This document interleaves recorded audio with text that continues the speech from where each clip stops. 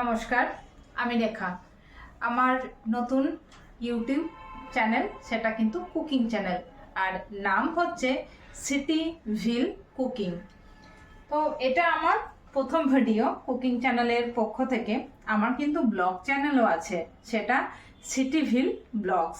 তোমরা চেক করতে পারো, এর ডেসক্রিপশনেও দেওয়া থাকবে এই ভিডিও, আই বাটনেও দেওয়া থাকবে। তো আজকে আমি কি বানাবো তোমাদের সাথে একটু শেয়ার করে নিই। আজকে বানাবো ব্রেড অমলেট। আমি জানি এটা তোমরা সবাই জানো, কিন্তু আমি এটা আমার মতো করে বানাবো। এখানে পেঁয়াজ, টমেটো আর ধনেপাতা আমি কুচি করে নিয়েছি, আর এখানে রাখা আছে ডিম, আর এখানে ব্রেড, আর এই বাটিতে একটু নিয়ে নিয়েছি লবণ আর একটু হলুদ। তো চলো এবার বানিয়ে নিই কী করে, দেখতে থাকো। এই এক এক করে সব ডিম ফাটিয়ে নিলাম।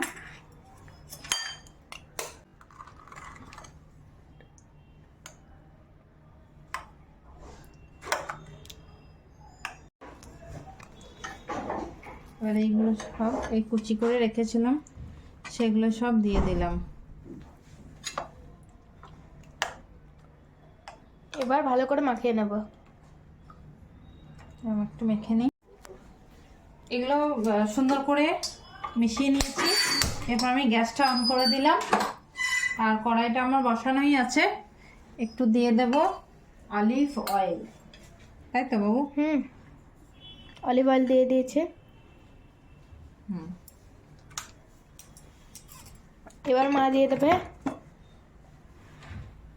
এটা। এবার এই ব্রেডটা দেব। ব্রেডটা দিয়ে এইভাবে এটার মধ্যে করে নেবো করে। ভালো করে ব্রেডটা রেডি করে দিচ্ছে, দিয়ে দিলাম। তারপর চামচ করে কিন্তু এই পেঁয়াজগুলো দিয়ে দিতে হবে, এইভাবে। এটা একটা দিক হয়ে গেছে, এবার এটা উল্টে নিলাম। ও মা দেখতে তো টেস্টি লাগছে। হ্যাঁ,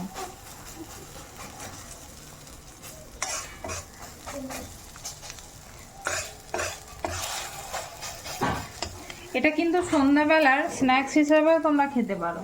সন্ধ্যাবেলায় স্ন্যাক্স হিসাবেও খেতে পারো, ভালো লাগবে। আবার বাচ্চাদের টিফিনেও দিতে পারো, সেটাও খুব ভালো লাগবে। বা সকালের ব্রেকফাস্ট। খুব সিম্পল, মানে এটা একদমই সময় লাগে না। দেখো আমার কিন্তু হয়ে গেছে সুন্দর করে। এইভাবে এক এক করে সবগুলো আমি বানিয়ে নেব। আমার কড়াইটা রেডি ছিল, তাই আমি কড়াইয়ের মধ্যেই করে নিয়েছি। তোমরা কিন্তু এটা ফ্রাইং প্যানেও করতে পারো। ফ্রাইং প্যানে করলে খুবই ভালো হয়, একসাথে অনেকগুলোও বানানো যায়। তো তোমরা যেটা ইজি হবে সেটাই করতে পারো, তাতে কোনো সমস্যা নেই।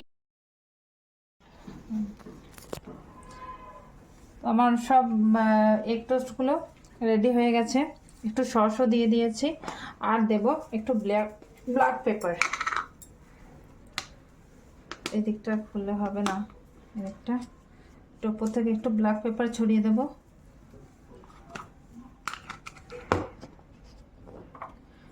আর এটা একটু দেব সিজনিং।